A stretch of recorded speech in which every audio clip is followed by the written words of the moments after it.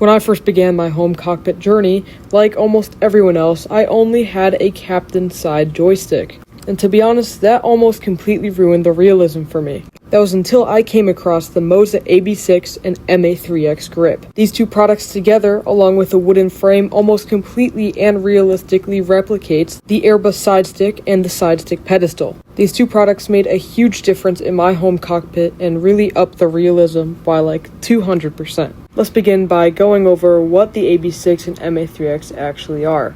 To start off, the MA3X is an Airbus-style grip meant for the AB6, and it is for the first officer side, although it can be easily used by the captain. It offers a few buttons, with the autopilot disconnect, a push-to-talk button, and a trim slider, along with a joystick for things like point of view, changing, stuff like that. The grip itself is made of a hard composite, mostly like plastic, because it does feel like a heavy plastic, but it does feel very nice and realistic, and has some shiny parts to it.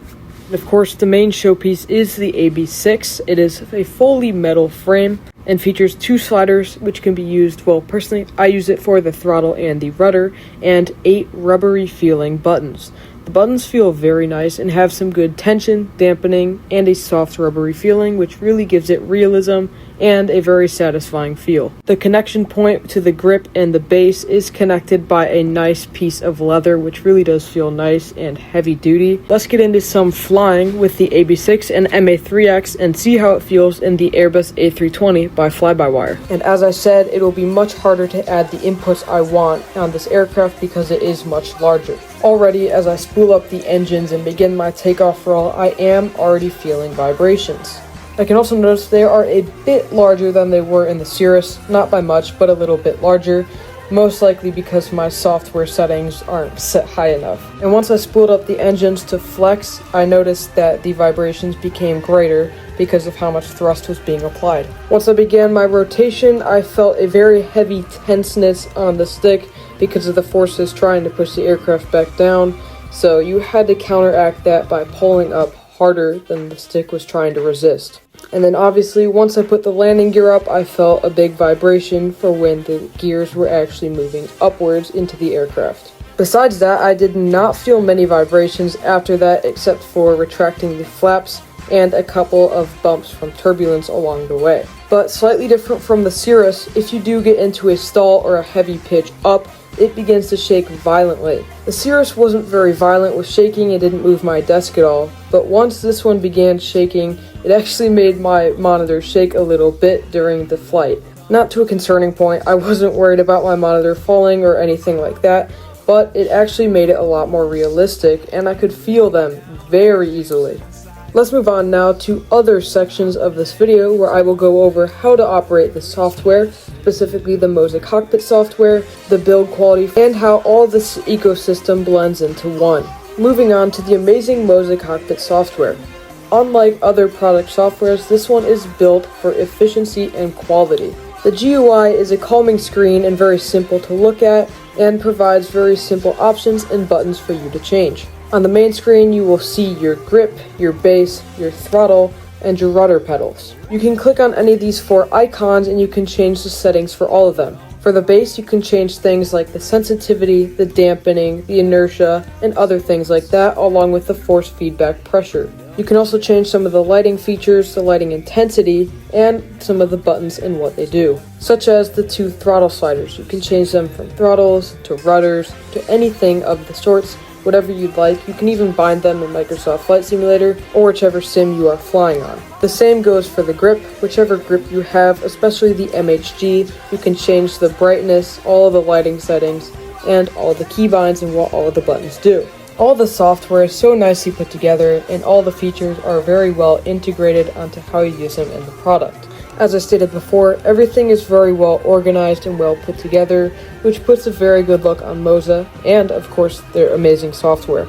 Starting off with the MA3X. The box of the MA3X is very nice and it comes in great packaging. It almost looks like styrofoam, but it's black and has a different consistency to it. Either way, it is nicely packaged and looks very nice in the packaging.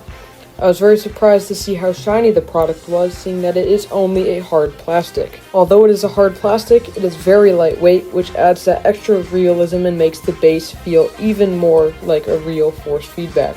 And as I said before, the MA3X does have a good amount of buttons, with the push-to-talk button on the very front, the autopilot disconnect, a joystick, and a trim slider on the very side. Please keep in mind before purchasing the MA3X that it is a right-hand sided grip, so if you're looking for a captain side grip and you want the maximum realism possible, I would not suggest going with this. Although it does actually feel quite nice in the left-hand side, unlike some other products I've tried that are for right-handed grips, the MA3X feels nice in both hands. Moving on to the main showpiece that houses all of these grips, the MOZA AB6. Coming in at around $400 USD, this is the cheapest force feedback base that you're ever going to find. And to be honest, the quality is actually insane. The base has a metal housing and some mechanical components inside, and features a leather area connecting the base to the grip.